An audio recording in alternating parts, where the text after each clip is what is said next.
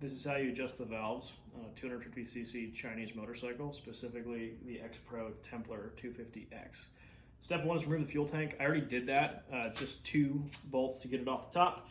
Want to make sure it's empty when you start, otherwise you're going to get covered in fuel. Next, you got to get the engine at top dead center.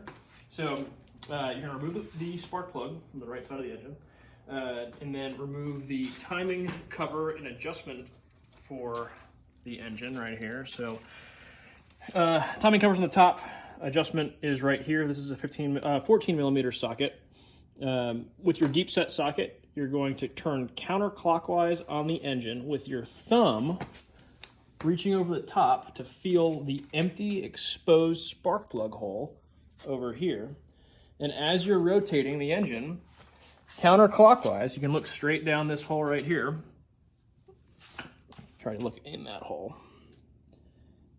You'll see a F with a line and a T with a line. And those lines will line up exactly with the cut in the case right here.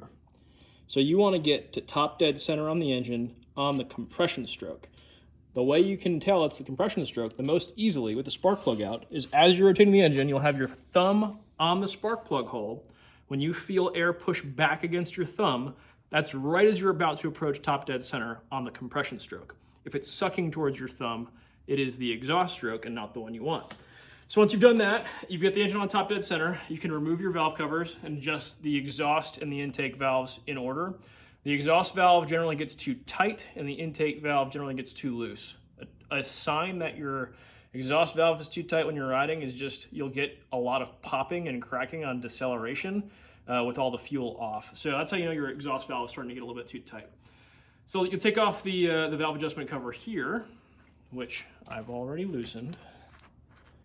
So once you get the valve adjustment cover off, you'll see the valve and the tappet.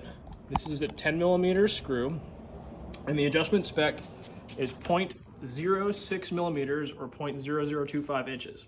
This is just a typical measured feeler.